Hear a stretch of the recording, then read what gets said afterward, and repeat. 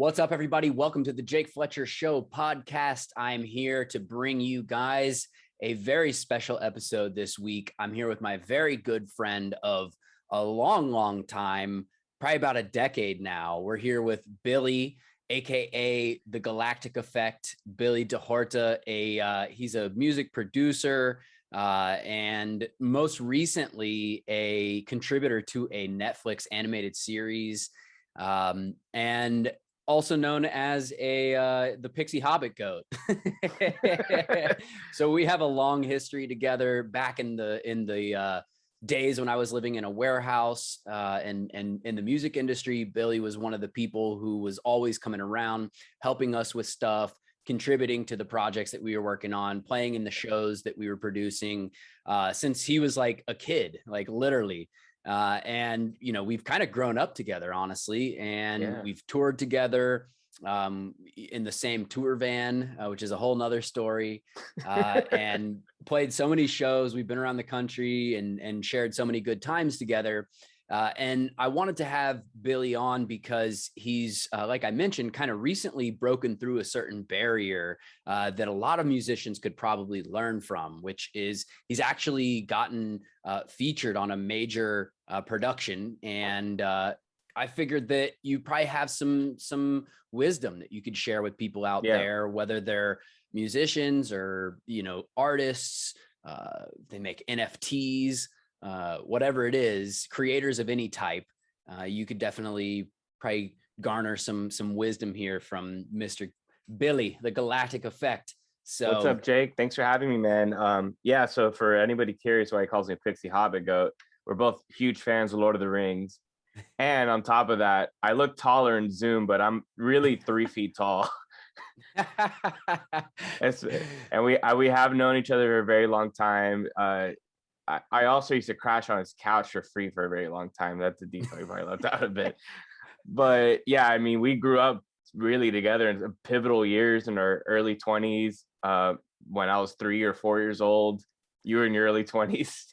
Yeah. But I learned a lot from Jake and from Wyatt and the whole crew, just on team building, being a part of a crew and a collective, sharpening my music skills, sharpening everything. And I met a lot of the scene. So I do attribute a lot of my inspiration and success it's a never ending labyrinth, but to my connection with them, because I learned a lot from them in very pivotal years where my brain was forming and my mixes weren't that good. So I appreciate that. And yeah, I mean, I'm 29 now. I've been producing since I was about 16, 17. I got an early start. I was always in like bands and stuff, which you guys have a similar story. And I got into the Miami music scene because I grew up in Miami. I'm Cuban. My parents are Cuban. And it was kind of weird because I grew up in Hialeah, where it's all reggaeton, which I love. But, I had to kind of like break through the Miami music scene, which is the Miami music scene changes every year. It's always like, every year it's like, what city is this? So it's always it could be exhausting, but it's also really fun because it keeps you on your toes. It's not really a small city. There's always new venues opening up, new venues closing. And I've had a great time here. I feel like I've learned how to be a better DJ, musician, and person, and a lot of other things through being a Miami local. And, thankfully last year, during COVID, during a bittersweet time for the world, I was able to announce that I had a song featured for 8 episodes of a show, I believe 7 episodes of a show. And that happened 2 years ago. I signed a contract, so I had to be quiet for a while, which anybody that knows me is extremely difficult for me to be quiet. And I was able to keep that secret, only told a few people close to me. And it was exciting, even though it's like 6-7 second clip. It got me a lot of exposure. For some reason, a lot of people, I guess because everyone was at home, they watched the show. And because of that, I got a lot of exposure, and I got a lot of, I got an audience I'd never gotten. I had put all this time into these records and maybe got a few thousand streams. And as soon as this track came out, it was my first track that, like, between YouTube and Spotify was hitting, like, now it's going to hit like 1.5 million streams. And And that was for me a big deal. And then it started going to my other stuff that I released, even collaborations with your band, Telekinetic Walrus and stuff. And just all these tracks that I've done before. And the way that happened was just like my social prowess, you know. I met Duncan Trussel at Burning Man, and to be honest, I was really drunk. I don't think you've said the name of the show yet. Oh, the show is The Midnight Gospel on Netflix. It's really, really good. Probably watch it twice because it's a lot of stimulation going on. There's a lot going on. Yeah, it's by Duncan Trussel and Pendleton Ward, who did Adventure Time. And yeah, they're just a great team, and they'd been working on this for a while. And I got, I feel like, what's that quote? I'm gonna butcher it, but it's like, success is hard work and luck. What is it? Success is the combination of hard work and like being in the right place, the right time, or something like that. Yeah, I believe in that. I believe in this. I'm a pixie hobby ghost, so I try to be in every place at once. Success is the result of perfection, hard work, learning from failure, loyalty, and persistence. I don't think that's the one we were thinking of. Yeah, I wasn't. It was something like that, though. That's my philosophy. Yeah. I have philosophies, and I'm on podcasts, so I have to be like, this is my philosophy. But, I was just there, and I had, don't be afraid to speak to some of your idols and go up to people. Just don't be a weirdo. If you know you're a good person, people that are like at least somewhat decent of a person, they'll pick that up. This person's not a threatening vibe. We could pick that up. We're animals. And he picked that up, and we had a talk like right there. He was just arriving at Burning Man. We had a talk with me for like an hour about VR, about consciousness, about music. He gave me his email. He had originally featured my music on his podcast. Like, this is 2016. And then I ran into him again at Burning Man, which is nearly impossible. It's like we ran into each other again without planning, and we hung out for another few hours. I helped him luge his ice to his camp, and we had like a Three Stooges skit happening because everything kept falling. It was really funny. And then a year later, he emailed me if I had the rights to my music, which your boy's professional, I do. And and basically, that's where it happened. And I had kind of forgotten about it throughout a year, not completely, but I had to like just kind of work on other stuff. And then it dropped on 420 AO of 2020, which was like midst pandemic. Like, oh, that was the depths of the pandemic right there. Yeah, so I was like excited and extremely happy. I announced it, and I was actually really not surprised, but just like appreciative of all the feedback I got from people I've known, from like Jake to people I've known recently to people before that, just from all over my life, just being like, you got it, man, keep going. And if I were to give one piece of advice, is have a good circle around you, have a supportive, like genuinely unconditionally supportive friends around you, and be that way towards them as best as you can back. And having a community, a little circle of people, even if it's like 3 or 4 good friends that just will listen to your mixes for you, that's so important. Like just having a cool surrounding of people around you, because that's been everything I've done that's cool is attributed to like cool people around me and being included into spaces. And I'm incredibly grateful for that. And you guys always included me in spaces when I wasn't, when I was nothing yet. And you guys always threw me on shows, and I was young and inexperienced. I was kind of thrown into the pits because you guys were blowing up at a different time. Like, you guys are doing amazing in the scene and did so many amazing things too. And I feel like I caught a little wind of that when I was first coming up, and I'm always appreciative of that. And I think your music has to be an obsession, or whatever your art form is, whether it's music, art, real estate. You got to have this like a little bit of an obsession. I think the obsession comes naturally. You eventually just don't know what else to do, and it, there's a way to do it where it doesn't completely mess up your mental health. And so I'm appreciative of the road, and there's still so much to do and to work on. I got a bunch of things I've got going on, and hopefully cool things happen. So you met Duncan Trussel at Burning Man, and then you guys kind of exchanged contact information.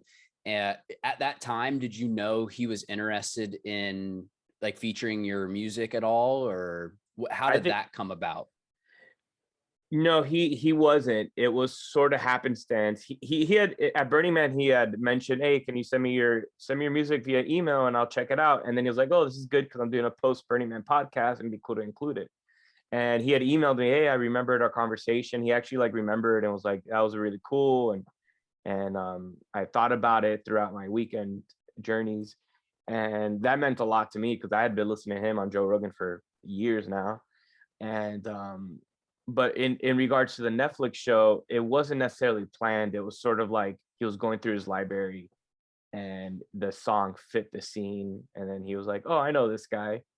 It was kind of random happenstance.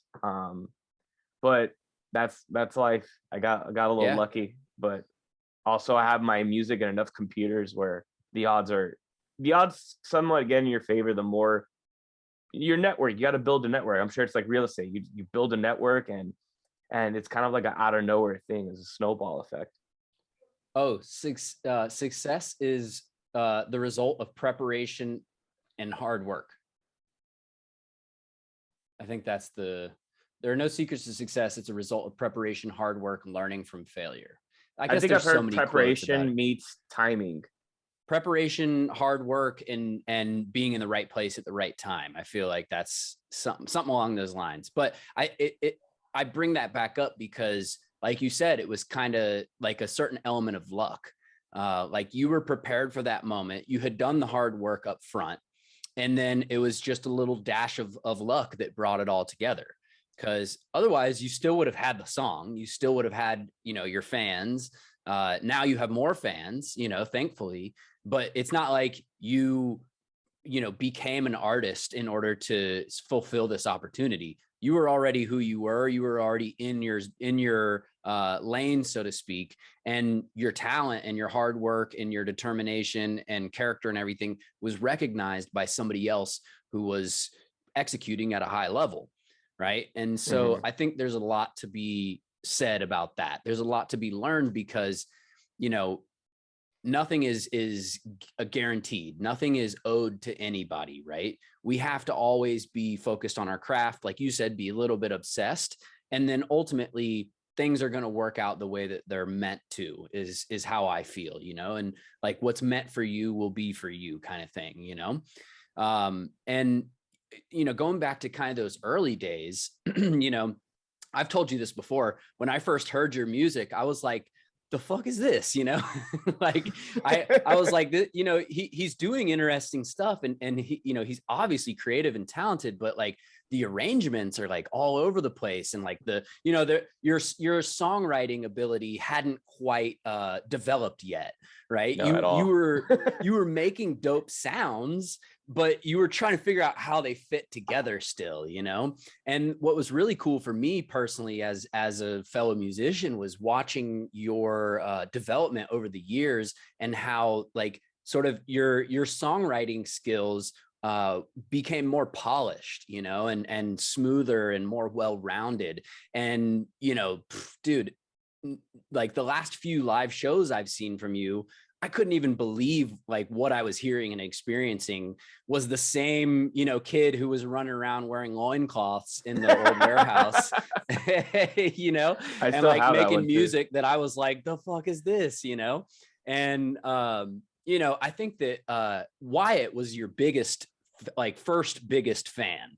Cause I remember talking to Wyatt, like, dude, like, I don't know what you see in this kid, but I trust you, like, I don't know why you want to put him on all of our shows, but I trust you, and then little by little, you just kept getting better and better and better to the point where even I, as being like a mega skeptic of anything and everyone and everything, even I was like coming up to you afterwards, like, dude, like props, man. I see your progression, I see where you're going and I appreciate it. And then it went from that to like, wow, bro, like you're like blowing my mind, to then going to shows and just like forget about it, bro. Like people's asses are just like dropping to the floor and like people are just getting down, and just it's been such a beautiful thing to watch your progression. But the reason I say that is not to gas you up. The reason I say that is to illustrate the point that you know, you can't just go off of your first results, right? You can't just expect that whatever is going to happen right away. Whether it's business, whether it's art, whatever it is that you're doing, any type of entrepreneurial activity whatsoever, you have to stick with it. You have to keep at it. And if you know that what you're doing, you know, if you know that you're taking the right steps, so to speak, then you can trust in the process that eventually you're going to end up where you're meant to be, you know, and not that you're at any type of final destination, because obviously you're still on an upward trajectory, but you've gone from, you know, this 15-year-old kid running around, you know, half naked, sleeping on people's couches, to somebody who's making Netflix money now, you know, and showering, it's just a beautiful more thing, and showering more, thankfully, you know, we got better. We got the rat's nest cut out of your hair, you know, oh my God, dreads. that was, dude, they weren't normal dreads. People. I had nasty hair in the back, like mixed with my beautiful hair. I don't know what I was doing, just pure negligence and afraid of losing my hair. And then I did a job for Jake, and the barber was like, "Let me fix your hair." He's this amazing Moroccan dude, and he fixed it. And I had a glass of wine. That was the best gig ever. I didn't even want payment. I was like, this was the biggest payment. That was like a $300 hair job that I got for free. Plus, he set you right. You know, it was definitely like a pivotal moment. I feel like in your life. No, I think that's why I got my Netflix opportunity. I feel like the universe was like, you cut off your dreads, I'm gonna award you. It was like, all right, you're ready for some real serious shit now. Yeah. Well, I appreciate not that dreads can't be serious, but these were like, they were. No, these weren't like dreads. Manicured dreads. It was like a caveman woke up from a coma or something. Yeah, no, it was appropriating like every sort of nonsense reality possible. It was not good. But yeah, man, I appreciate all the kind words, and yeah, it's just hard work. You deserve it, man. You deserve it, man. You've put in the work, and you've cultivated your talent. You've, you know, kept your head down and not given a fuck when people have doubted you, including myself, you know, like at the very beginning. Bro, you know, I've like doubted I said, me. and it's natural, you know. Yeah. I've doubted myself. Everyone, you know, has a moment of like imposter syndrome in their lives. I still do it all the time, where I just like I was saying, the scene changes a lot, and I'm always trying to like break out in other cities. And I played in Colorado a few times last year, and that was like, oh, I kind of really liked it. So, but I'm Cuban, and I always like Miami, and I like waking up to like Cuban coffee in the morning. And I know you could do that anywhere, but that's what I would attribute my productivity is to Cuban coffee and my sort of manic personality I get from my family. It's like, hey, necesito cereto. And I use that Cuban manic coffee energy into making music, and thankfully, you know, I got to play a few shows during the pandemic. There are some of them were like table shows, but it was still like me able to. And I've just been trying to like this year, my sets have gotten better too, because I've just learning how to mix better, and I can't just stay in one genre. You look at my BPMs and my mixes, they're insane. So like, how do I melt that in a that's beats per minute for anyone. Beats per minute. Yes. And yeah, man. So I'm just trying. So like when I had that opportunity, it was just like, you know, I get discouraged a lot. You know, we're artists, and I get insecure all the time. Like once a day, I'm like, I have a moment, and then I just beat it, you know? And just having a little moment like that, it's not like, oh, I made it, but it's like a reminder. I'm not religious, but it felt like a religious moment in my life where it's like, all right, just keep trucking, man. It's hard, you know, because there's people, and I don't hate against it. I live for other people's success. Like I love seeing it, but you see people like they'll make the right track on SoundCloud. They'll make it like a year, 2 years in their career. And that's amazing. Everyone's got their own path. You can don't compare yourself to people. That's another tip. But sorry, go ahead. No, I was going to say, you know, and then I've done this like 10 years. So there's an element of like, oh my God, I'm about to be 30. No offense. And I'm like, shit. How am I gonna? I don't take offense to that. I don't know. Some people, when you tell them, hey, you're over 30, they're like, oh my God, I forgot I'm over 30. I thought I was 20. How dare you? No, but you're killing it. You're making more money than all of us, man. I'm embracing it, bro. I'm in the prime time of my life. But let me jump in and back up a second. And I want you to speak to, how do you conquer that moment of self-doubt? Like you said, like once a day you have a moment and then you kind of power through it. Like what goes through your mind other than the self-doubt? Like when the tables turn and you start to power through that, like what's going through your mind? How do you beat that?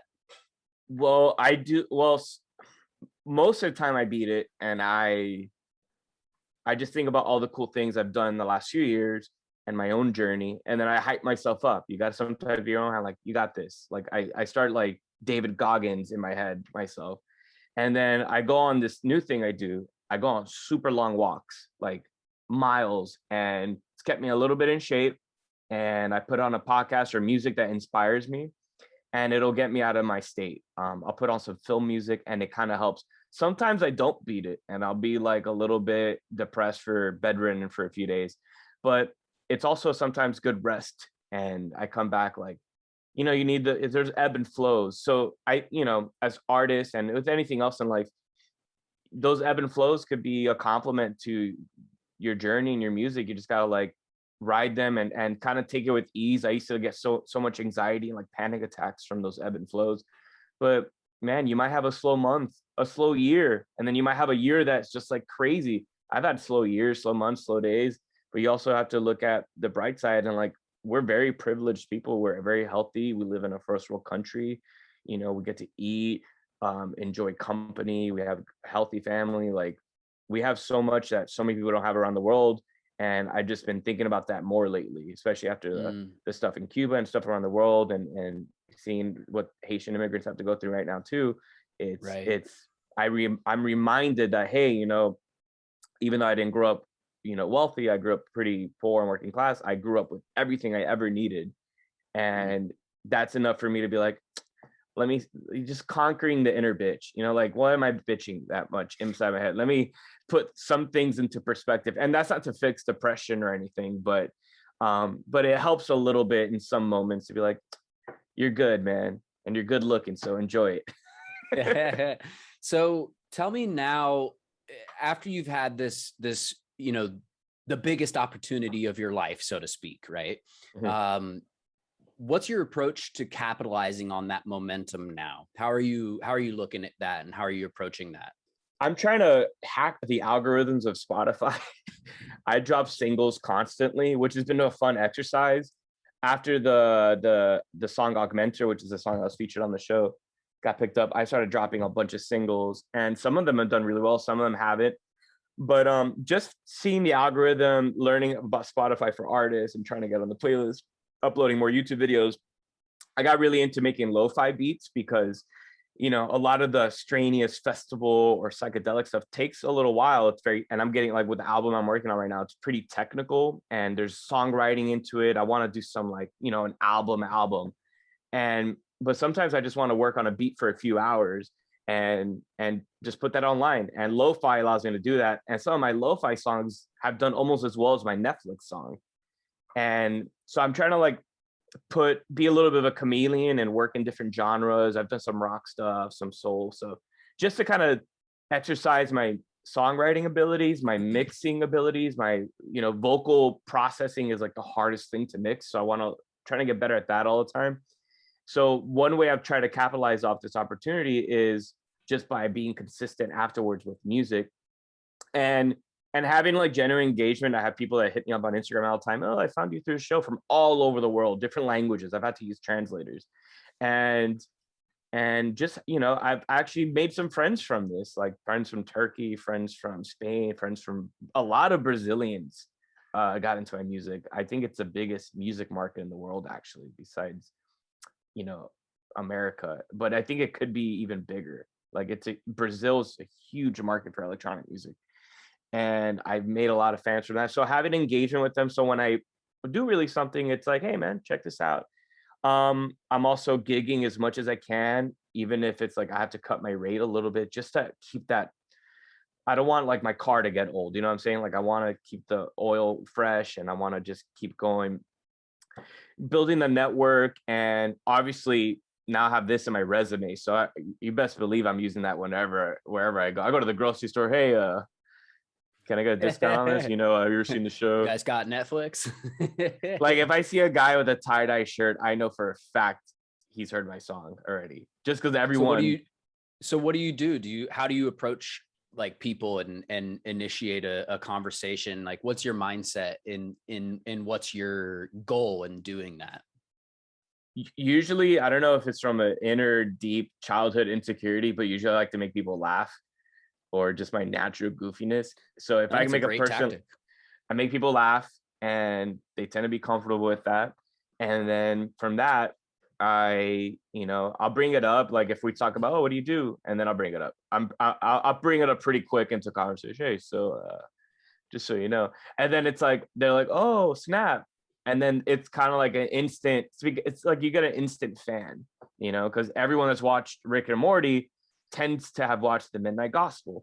Anybody who's watched Adventure Time and is an adult now is like, okay, I watched the Midnight Gospel. Because there's some adult concepts in the show and they talk about drugs openly. Yeah, it's not a kid's cartoon. Yeah, at all. But, you know, but I also like, sometimes I don't even bring it up. Sometimes I'm just like not thinking about it. And I just have, most of my interactions are like that, just pretty genuine. But with other artists, I'll bring it up and just so they know, hey, look, I've done this a minute. If I want to, I'm very picky with who I work with because time is so valuable. And I love collaborating with my friends that I've known for a long time. That's easy. But if I meet a new person, it's like, hey, let's work together. I'm like, okay, well, we're going to actually work together is it worth my time? And is it going to be good? And so I try to, you know, everything's just like reading a person at that moment. You know, thankfully, most people I meet are pretty awesome. I don't know. I've been pretty lucky. I've met some amazing people in the last few years. Well, yeah, I mean, you know, your vibe is going to attract your tribe, right? As they say. Yeah, man. And yeah, one thing I learned in the music industry is that 99.9% of people who say they're going to do some shit are never going to do whatever they said they're going to do. You know, people are, oh yeah, we should collaborate, or, oh, I want to help you in X, Y, and Z way. I don't believe anything until I see it, you know? And are you getting that in real estate right now? Like, hey man. It does. Yeah. Well, so in real estate it does, that concept does carry over because sometimes people will call you like, oh, you know, I'm interested in buying, you know, blah, blah, blah, XYZ criteria. And then you start to help them. And then, you know, turns out that, you know, I ask them, hey, are you working with any other realtors? And, you know, everybody says no, mostly. But then you'll find out 2 weeks later, you talk to them, oh, you know, I just bought something. You're like, what do you mean you bought something? Oh yeah, you know, I bought, you know, whatever, blah, blah, blah. Did you use a realtor? Yeah. This other person was helping me out and blah, blah. It's like, well, what the hell, you know, like you told me you weren't working with anybody, you know? So there is an element of that. I mean, that concept carries over, I feel like, into all aspects and everything. Walks of life. You know, you don't believe anything until it's in writing or until it's actually happening, you know. And I want to make enough money from music so I could like build a Hobbit home community somewhere, and then I'll hit you up and be like, yo, Jay, I got this real estate idea, let's collaborate. Let's do it. I can sell you the land, you know, so, and I can help you find finance. There's a guy doing that in Europe. He's like made a whole Hobbit home. Oh yeah. There's some really interesting like tiny home villages and stuff like that being built here too.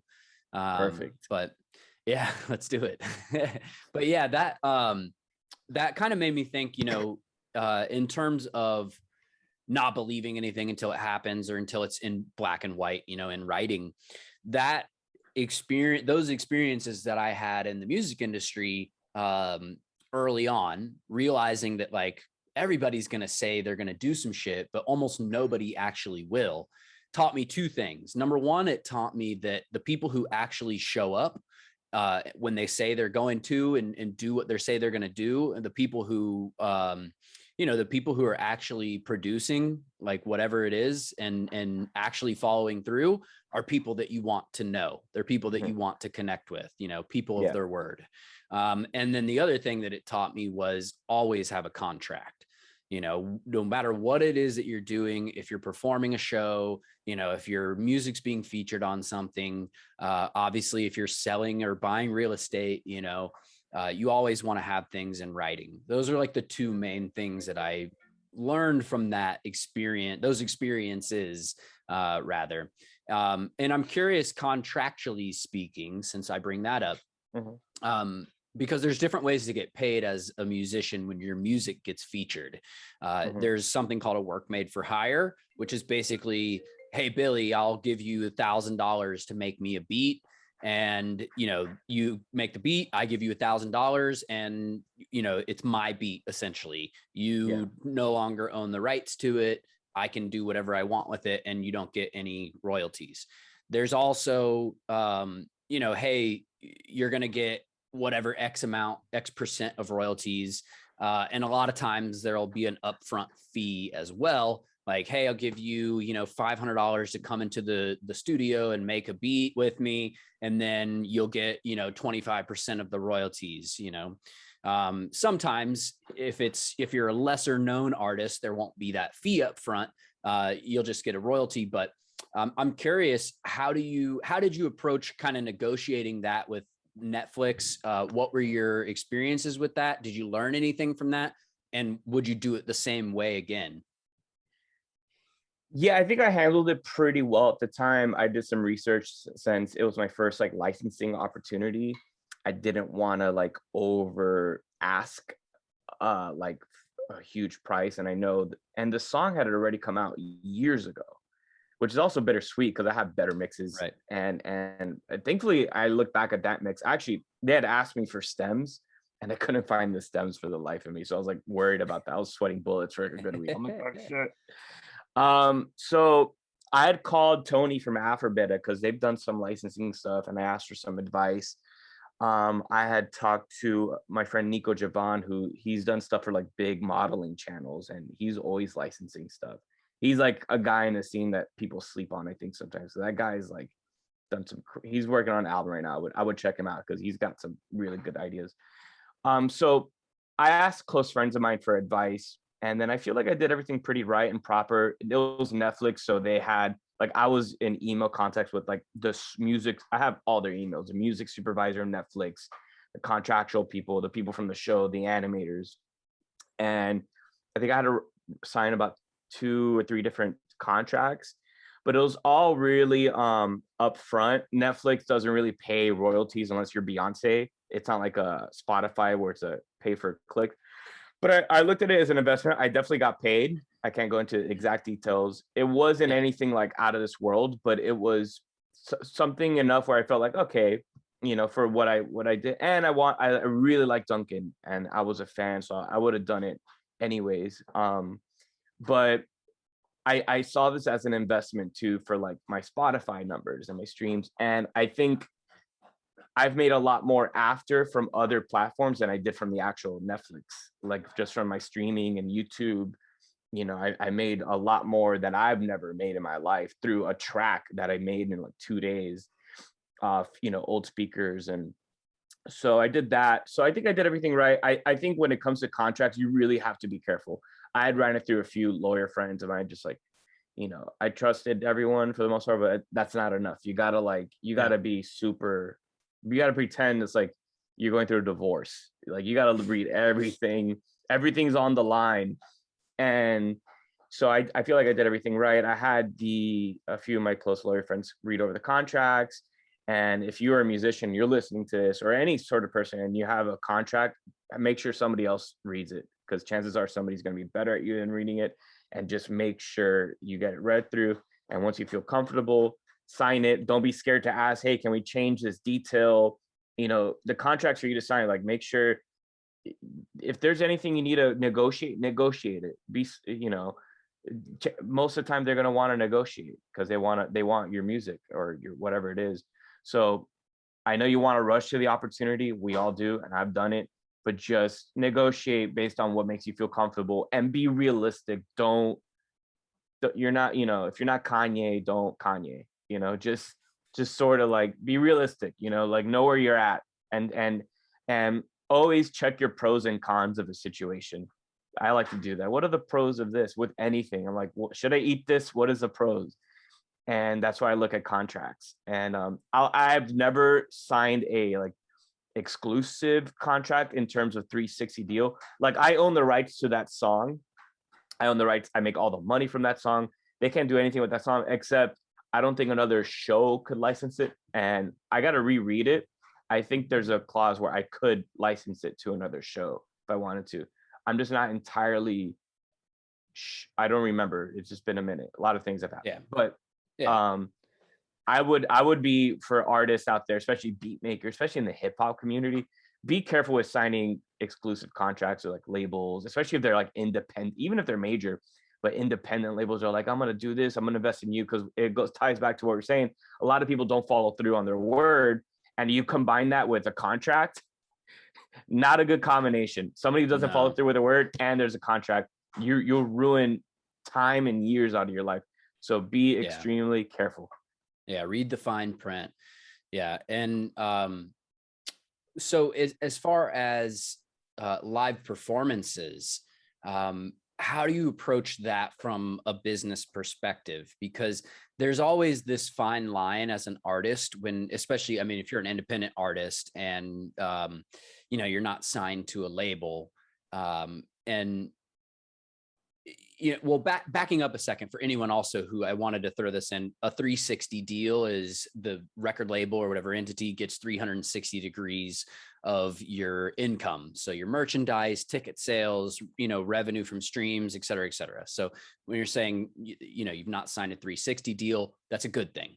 Most artists, it's not good. But back to my question, whenever you're getting booked to play a live show, and I have my own perspectives on this and I'll share, but I wanted to get your perspectives because we're both people who have played a ton of shows. But you as an independent artist without having to feed other mouths like your band members and a manager and stuff like that, how do you approach, your performance fee?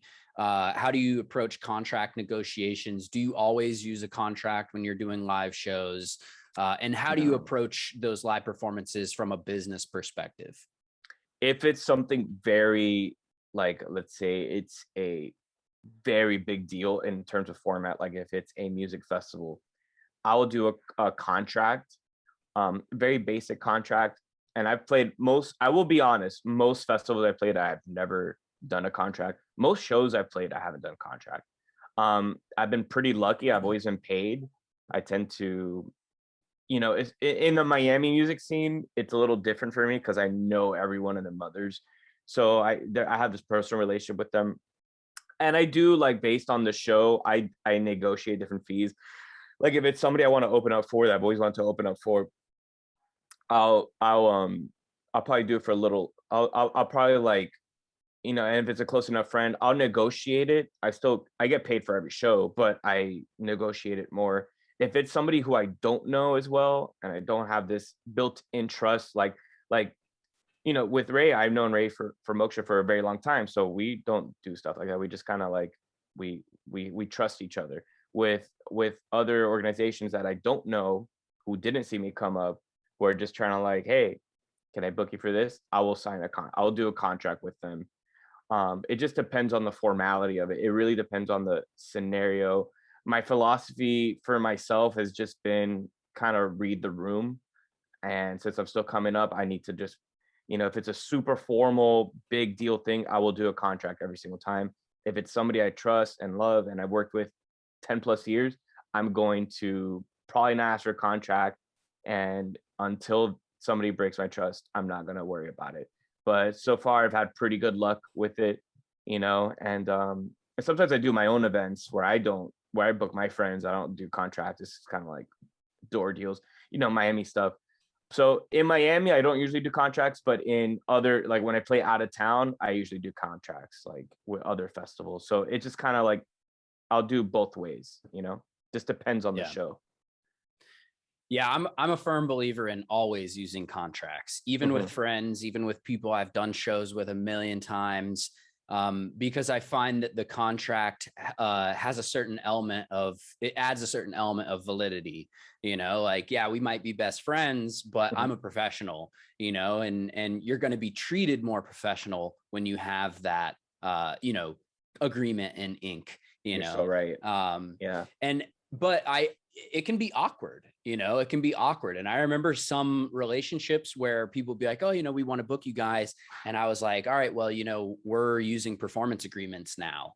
And they're like, what? And it's like, yeah. No, we're starting to do this now. It's our company policy or our corporate policy is what I would say. It shouldn't be a big deal. If I booked you guys for a show. We were incorporated, we had our publishing company was a LLC and all that. So, I just said, hey, look, it's in our corporate policy, and I mean, how are you going to argue with that? Are you incorporated, or what's the organizational structure of your business? Yeah, I have just the Galactic Effect Incorporated, but I got a few ideas. I've been thinking about doing some side projects, and I don't know. I just kind of throw everything under the Galactic Effect to make it easy. But yeah, but I do, honestly, talking to you, it reminds me, I do need to get more into even though I've done like a Netflix contract and all that, I still to this day, I need to get more into the business side, the contractual side. I'm not a 21-year-old wook DJ. Well, anymore, that's my specialty, so you can call me anytime. I know, man, you're a G when it comes to that. And to your real estate people, I hope they know how the depths of how much dope shit you've done. You're one of the best vocal, like, on stage energies. I don't know if they know that, man. You guys would kill, and you were never like, obviously we all get butterflies, but it never showed with you. You were always just killing it. And yeah, I never got butterflies or stage fright. The only time that I ever got like close to having butterflies in my stomach was whenever we'd play a show of like more than 1,000 people. Like if it was like 10,000 people or something like that, it wasn't that I was nervous, but I just got like extra energy. Like, oh my God, I can't wait. It was like an excited energy. That happens to me, but I already have some issues with insomnia. It's getting better, but sometimes, like the last few years, I've done some big shows, and the bigger the show, the less I could sleep at night. It's the night before gig, but I already can't sleep. So I've done like whole nighters where I just don't sleep, and I'm like, and then I try to take a nap and I sleep like an hour, and then I'm at my show like looking like a zombie. I'll kill it, but it's like I don't remember my own set because it's in this wave of delirium, which kind of has helped my set, I feel, because I start thinking outside the box. And with DJing and playing live, you have to kind of read the energy of the room. So like I always have an extra hour of my sets that are just not planned in case I feel like when you went to my birthday show, most of that was like on the fly. I was like, oh, the vibe's different. And that's kind of the thing, like the vibe indoors might be different from outdoors, and the vibe like, at a Churchill's might be different from a vibe like in an Anderson, or a vibe at a grassroots festival might be different from Burning Man. It's like there's so many different vibes, and I know you guys are more like a band and you had so many performers and you kind of had these set lists, but with the DJ world, it's kind of like we're spoiled because we could kind of like be like, all right, I'm gonna switch it up completely. So, but I always respected you guys because of that, because you guys had a band to deal with. I never had that patience, but I always acknowledged how great it was, because you guys, between you and Wyatt and Kareen and all the members that have come in and out of the band, and Cito, you guys had a good chemistry, and like there had to be good levels of communication to do anything you guys have done. Yeah, and that's why on my birthday, when you guys were all there, I was like, that made me super happy, and we all got on stage during Wyatt's set. I felt like I was like, hell yeah. This is the best birthday gift. You got on the microphone for a second. Oh yeah. I was like, thanks to Momo. I wasn't going to get up there because I was like, I don't want to steal the moment, like get up there and, while Wyatt's playing a set. But Momo was like, dude, what the hell are you doing? Get up there right now. And she like pushed me on stage. But yeah, I'm glad she did, because I'm a performer. And I was like, I love it. And Walrus isn't done either. I mean, we're in talks right now about a potential festival that we may be playing. So hell yeah. Of course, I can't say any more than that right now. But hell yeah, I'm so happy and elated to hear that. Yeah. Don't ever stop. How do you approach your networking aspect of your business? Because obviously that's super important for any business. to continually be networking, expanding your network, reaching out to new people, reaching out to past people, to keep things going. What does that look like? Like, what percentage of your time do you spend on growing your business versus just being in the studio working on music? I used to just do the social stuff even more than the music stuff for a little bit. I wasn't working as much. Now I've been falling in love with the music process again, like truly. And I've been doing the networking a little less, but I've noticed in the last few weeks, it's kind of like in the middle where I'm reaching out to more people. Right now, I'm reaching out to festivals, and I'm seeing a lot of new festivals and a lot of new venues around the country that I haven't heard of before that are like doing amazing stuff that I feel like I could contribute to and kill it. So I've been reaching out to things that like to collectives and organizations and organizers who I've never worked with, just to build that, build the connections. And obviously I have the Netflix thing in my resume, so I use that. And plus, I send people my music. I've set up playlists on my Spotify of like the more festival friendly stuff. And then I have the lo-fi, the ambient. So they know I'm a chameleon. Like if I'm playing for an act that's more chill, I could play more chill. I don't need, and if I'm playing for a huge dubstep act, I'm like, I'll go dubstep, I'll go Skrillex on y'all. But so I've been reaching out to a lot of new people, and in the last year I've met a lot of great people. And this year specifically, I've played a little bit more for like the queer community, which has been really fun. Like I played a few shows in Wilton Manor, and I played a few raves that were very queer friendly. And those are some of my best fans right now. They come out to most shows. They dress up super funky. They're super supportive. They have fun, like unadulterated, amazing, like limitless fun. And that, so I'm always like looking to getting to know new communities of people. And thankfully I have the privilege of already having a social energy. I've always been very social. So that's just never going to stop. So I always meet people, even people who don't know anything about music. I go to a restaurant, they go, oh, what do? You're like a musician, you play guitar, you heard of Metallica? And so that's kind of my form of networking, is just be myself. But I'm trying to hone into the tools of it, because I feel like I have all these things kind of in the ether, and I'm trying to like hone in on it's like a formula. It's like an algorithm. And even like there's the internet algorithm that I'm trying to learn. And then which is a whole other mind-boggling world. And then there's the algorithm of people and the algorithm of timing when you're sending an email, the little words, the intricacies, the how you come off, and people are smart. People, like, they read your vibe. You don't want to sound pompous. You want to sound confident, but you don't want to sound egotistical. Yeah. And I'm a Gemini, so I have this natural Kanye energy sometimes, but so that's kind of just been my networking. But I'm always like looking up videos of people who are like further along lines of how they do it. And I love playing live. So no matter what, I could be making the most obscure classical electronic music. I want to play live. Like I want to do a few years of just touring hardcore, and then maybe slow down a little bit, and then maybe do it again. But hopefully we play together soon again. That'd be fun. I think we'll pack a room if we did that. Yeah, we'll pack a whole field. So I was actually going to ask you about touring. Are you planning any touring right now? What's going on that front? Let's talk about the business of touring. I do want to tour. Since I don't, I haven't met anybody that I really want to be my agent. I've been doing everything myself, the booking, the agent stuff. That's a very important relationship. You have to have the right agent. If you have an agent, it has to be the right person. If you have the wrong person, I mean, yeah, I don't want to deal with that. So I'm like, I know some people I know that are doing amazing. They have amazing agents that are their friends, and their agents get them on good stuff. I am always looking at a potential label, a potential booking company that could really elevate my career into ethers I haven't really elevated to yet.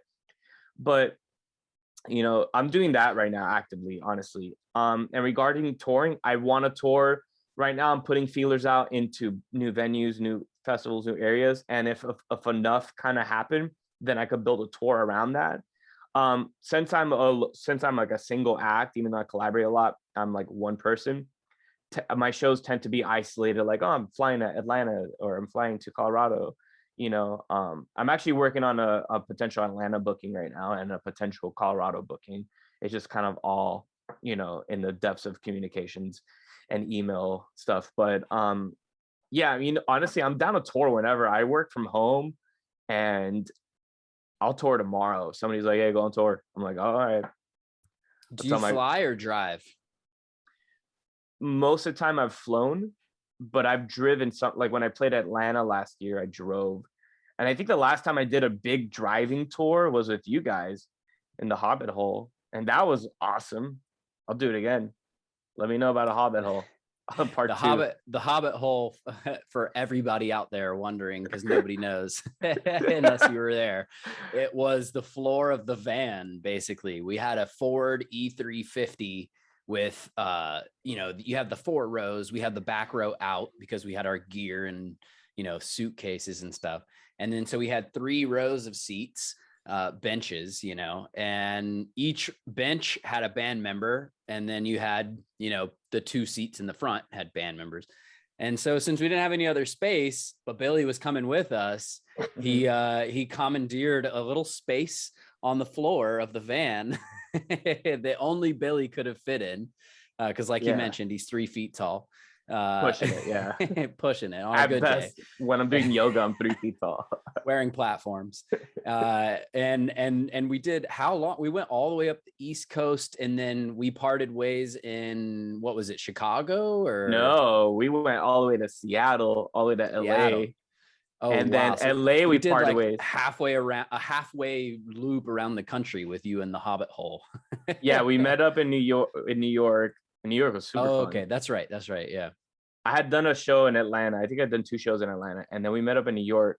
And we did New York, Boston, back to New York, and then Chicago. And then we did Colorado. We did Colorado, like Winter Park. That was super fun. Yeah. And then we did Seattle. And then that was the year you guys did Still Dream. And I was just kind of hanging along for the ride. In Northern Cali. Yeah, that was super fun. Yeah. And then we did LA, and then you guys went to Texas, and you guys did a show in between that, I think, in Arizona, I think. Arizona. Tucson. And you went down to San Diego or something like that? I stayed in LA for 2 more days partying, to be honest. And then I met up with you guys in Texas. We hung out in Austin, had some fire Mexican truck food. And then back to Miami. And then another few years of this. So we just always kind of been around each other. Oh yeah, I love it. So so when you're approaching a tour, I know personally what I used to do was sort of plot the dots of where we were going, figure out how much gas was going to be from one place to another. We would allot a certain X dollars a day per diem per band member so people could feed themselves. If we didn't have lodging and we needed to buy a hotel, which was pretty rare, honestly, I would basically formulate a whole budget for the tour, make sure that we were coming out net positive from our, booking fees and stuff like that. And then whatever we sold in merch was just profit, was extra, whipped cream and cherries on top. Mm-hmm. Is that kind of similar to how you approach it? Do you actually make a full budget like that, or is it a more simple process since you're just one person? It's a more simple process, but I'm looking into, I know that I learned a lot from you and when you did the tour and you were all those analytics and the fact that there are so many people involved and there wasn't money loss. Most, even bigger bands will lose money.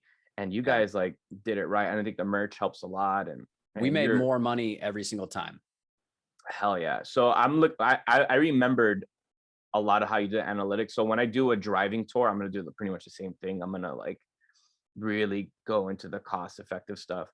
But it's a little easier for me personally because I fly and sometimes they'll send me money for the flight and I'll find a cheap flight and pocket a little more, or they'll buy the flight, and then and then I'll do the booking fee, and then if I've never met them, they'll usually get me like an Airbnb. I'm not too picky, just give me a nice Airbnb.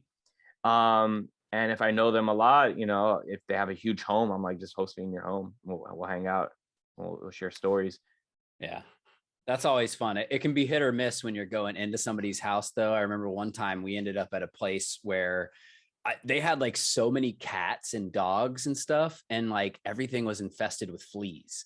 And nobody could sleep that night because we had like cats and dogs like literally jumping over our bodies as we like laid on the mats that we had trying to sleep. I remember like Buffalo and I think Kamikaze were like trying to share a pull-out mattress sofa, like a fold-out sofa bed. And they're both big fellas. And it like the thing looked like this, or it was like tilted and it was like bent in the middle, and it was just like nobody's sleeping on that. And then you had like cats just literally like running across us and like fleas jumping around, and it was there's something. I can't believe we've done any of this. I'm like, what? I mean, yeah. I think when you're in your early 20s, that's when you kind of suck it up and you suffer a little bit in order to grow what it is that you're doing. I mean, I still have back pains from my early 20s. I mean, that's the time to put in the hard years. I mean, now that I'm in my 30s, good luck trying to even get me to sleep on a pull-out mattress or something like that. Like, I'll just go rent a hotel. I'm good. No, yeah. But, well, you also get higher standards, and that's right. Kind of like your dues in life. You want to you pay your dues. I'm like, I've done the hippie shit. I've done the debauchery. Let me treat myself to a nice Airbnb, and it's peace of mind. And we are getting older, so it's like we don't look it. We're aging pretty well here, buddy. Fine wine. You look the same completely. just your hair is nicer. Oh, so is mine. It's no dreads. Yeah. I've just gained a little weight because I eat meat now. When you met me, I was like probably like 10 pounds from being vegetarian. Soaking wet. Yeah. Soaking wet. Yeah. I mean, but that's why, when you're in your 20s, that's the time to suck it up and suffer, before your standards get higher, essentially. You're willing to go with a little bit less, have a little bit less, deal with a little bit less, a little bit shittier circumstances, sleeping in the hobbit hole, sleeping in the flea infested cat lair, which also happened to be they happen to be nudists. And we didn't know that they were nudists until the next morning. One of us walked into the backyard and the girl was there like naked with like her chickens or something, and she was like peeing in a bush or something like that. Oh my God. I think that was Kamikaze who saw that, and has nightmares. Makes sense. Yeah. Well, he might have liked it. I don't know. But so dude, let's wrap it up. But do you have any other final thoughts when it comes to entrepreneurship as a whole, or self-development as an artist, or as a person?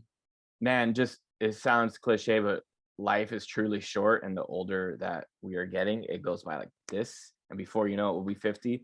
So utilize your day as best as you can. Wake up a little earlier. Just utilize it and work on what you love to do. I know it's hard. Sometimes you have a 9-to-5 and then all these other issues, and it varies for everyone. Just find that it might not feel like half an hour a day working on music is enough, but it is, because it adds up. Just do a little bit every day, and look at your progress within a month, and you'll see you'll probably have a whole 2-3 songs ready, so just don't overwork yourself, but like do just a little bit, and it'll make you feel like fulfilled. And that's what I've been trying to do lately. And yeah, thanks for having me, and I'm happy. Hopefully we could hang out and play some shows soon. Let's do it. I'm down. Let's do it. We can jump in the studio here sometime soon. Oh yeah. Where can the people find you at? You can find me on Instagram, Spotify, Facebook, YouTube, and every single streaming platform under the Galactic Effect or Galactic Effect. It'll come up either way. I'm working on an album right now. I think I'm gonna release it 2022, but I'm really happy with it so far. It's a little bit left field. It's going to be a little bit different, but it's bumping. So I'm happy about it. I just dropped some drum and bass last night. I'm just dropping singles every few weeks, just so people can have new stuff. So follow me on Spotify, and I'm always giving y'all treats on there. So, but yeah, you can find me on Galactic Effect, and my phone number. No, I'm kidding. That's awesome, man. A little bit of that humor that works so well for the networking. So thanks so much, man. I really appreciate your time and coming on and sharing your nuggets of wisdom with everybody. Definitely, I'm sure a lot of people got a lot out of this. So thank you so much for that. And thanks for having me, man. And congratulations to you and all your success. You're killing the game, bro. Thank you, brother. I appreciate it, man. And yeah, all you people out there, hope you enjoyed. This has been another episode of the Jake Fletcher Show in the books. And make sure you guys hit that subscribe button, thumbs up if you're on Instagram or YouTube, whatever it is. Follow me, give me a like, you know, all that good stuff. You guys know what to do. And it's much appreciated. So we'll catch you next time. And until then, sell smart, buy bold. Peace. Peace.